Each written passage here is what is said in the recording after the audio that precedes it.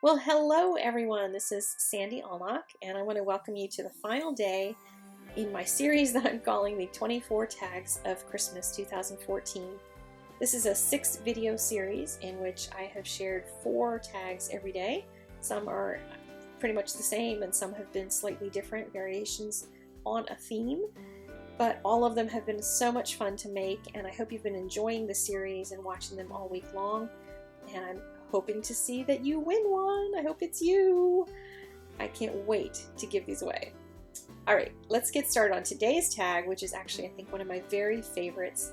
I'm using Craftaboard for it, and this is the surface that I found works best for this technique, even though it works on some others as well. I'll talk about that more. Craftaboard is a little like a thin chipboard or a thick chipboard, depending on what kind of chipboard you're talking about. I already have my pieces cut and ready to go. There's a die cut ticket in the top that's a ticket die by Sizzix, and I'm going to use 2 pieces for each one of these tags, and I want my sentiment on the back piece.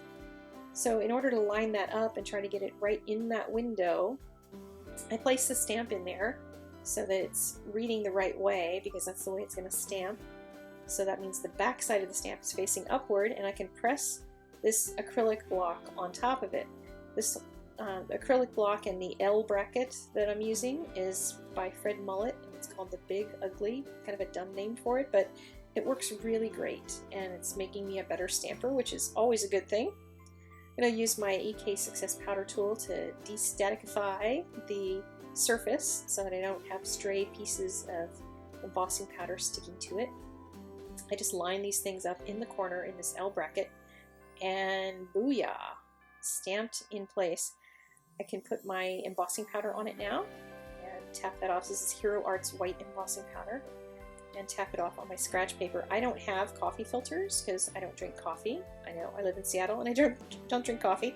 I did try using a cupcake tin, a little cupcake holder, to catch my embossing powder, but that was too small, so I still use scratch paper. The test worked, and my sentiment lined up perfectly inside where it was supposed to, and now I'm going to stamp all of the leaves on the front piece of this tag. These are all holly leaves, and stamping them in the Versamark, and I had a couple of spots I missed, so I'm going to use my Versamark pen, and that works really great to fill in areas if you're a bad stamper like me and you miss some spots. And I could have embossed each one of the leaves first, or done half of it first, but I find that the whole thing did stay wet enough that I could emboss the whole thing at the same time, as long as I worked quickly to get all the embossing done on the whole piece. And you can see that corner where I had to repair works just fine.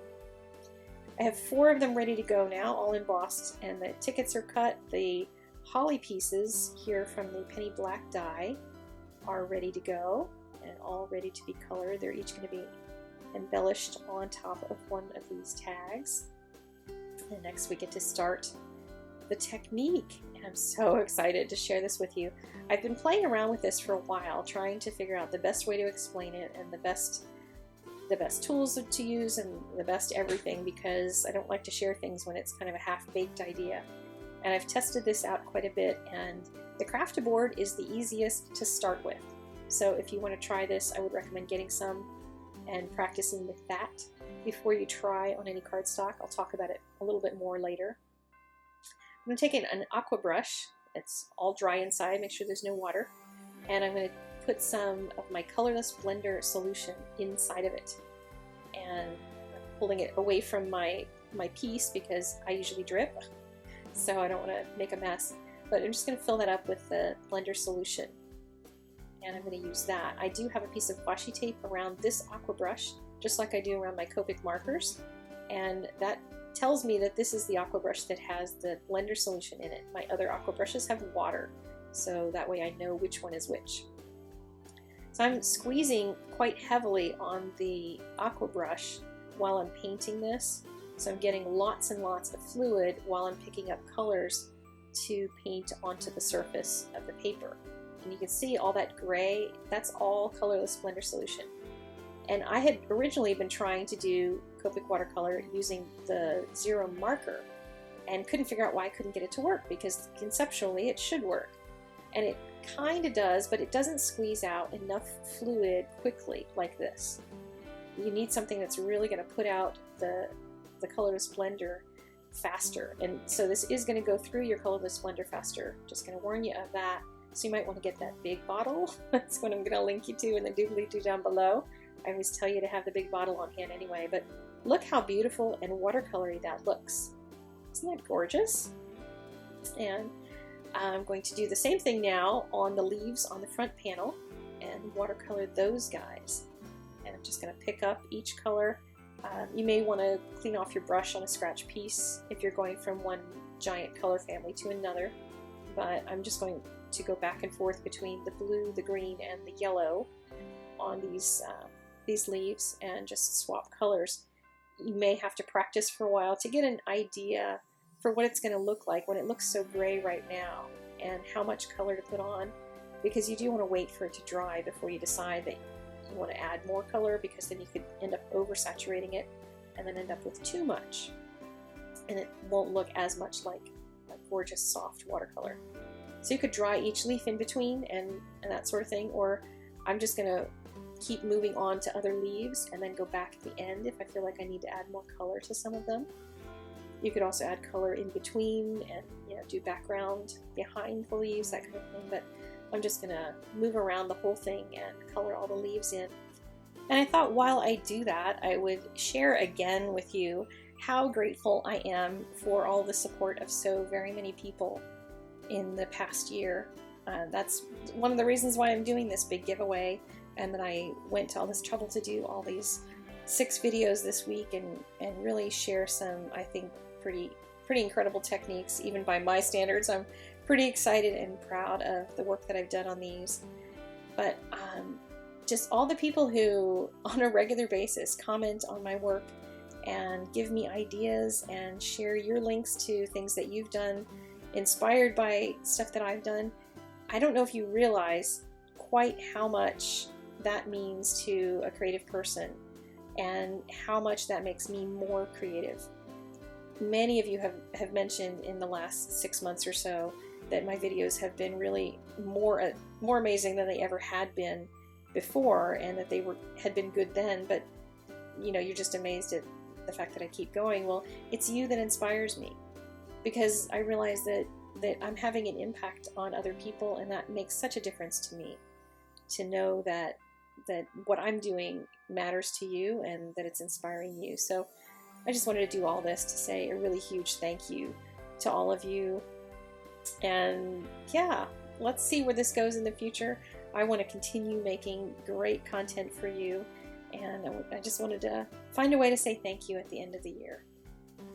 So here is how the tag is coming together. Really excited about this, and ready to put my color onto my little die cut now, onto this little piece.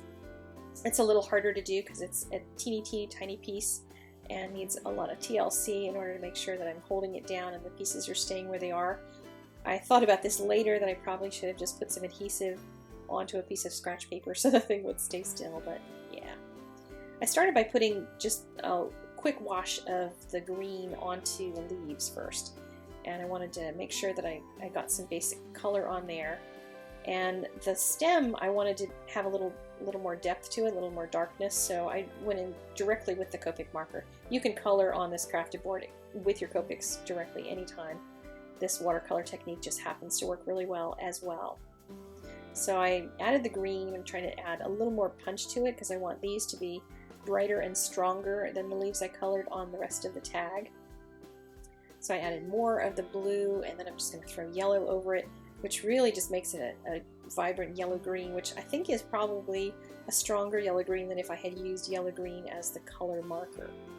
So now I'm going to add my reds, and I have a little purple there. I haven't used much of the purple, but I'm kind of trying to pick up a little bit of it as I'm doing the red, but it was probably pretty useless to have the purple out there because it doesn't seem to have a whole lot of impact here on what I'm doing. But I did want more direct red color. Once you start using the colorless blender with your little samples of color on the mat, they do start to water down because they have a lot of colorless blender in them. So now I'm going to use my stamp runner to put lots of adhesive on the back of the front panel, and be able to glue that down onto the back panel so that it fits just perfectly. And these are 3x6 panels, by the way. I'm going to use the multi-matte medium from Ranger, and this is the version with the brush. There's a couple different types of bottles and sizes and things, and I'm going to use the one with the brush because then I can just paint it on, sort of. And I do have some in one of the little teeny tiny quilling bottles that I've been showing you lately, but that was too small for this, although it probably would have worked great on the stem. But there you go. This stuff does dry matte, which is nice, so if you end up getting any splooge at all, it does end up not drying shiny and kind of looking like a goobery mess on the front of your piece. So there is the finished tag. Here's all 4 of them. And I wanted to show you how I did this ribbon embellishment on the top. Just a really simple thing. I just squished the center of it, folded it in half, squished it through, pulled it partway through, and then opened up that end of it, that loop. Now, fought the end of it to open, and then pull both of the ends of the piece through. It's a real simple way to do a ribbon on a tag. So here are all of the finished ones. I think they came out so incredibly gorgeous. I have so much I want to do with this Copic watercolor technique, including this card. This is one that I did on Nina. Same kind of technique, same kind of idea, but what it took was a whole lot more of the colorless blender to move the color around. It eventually did work, but I did have to use a lot more fluid because the Nina doesn't tend to flow as readily as the Craftaboard. But I did want to show you that, so you know that you can try it. You'll just go through a lot of colorless blender to do so. Alright, well thank you so very much for joining me for this video, and for all of the videos in this series. Here are links to every single one of them. You can go back and watch any one you like that you might have missed. And I will see you next time in a video next week, and I also will be posting the winners on my blog on December 18th, 2014. So be sure to stop on by and see if you won. Take care. Bye-bye.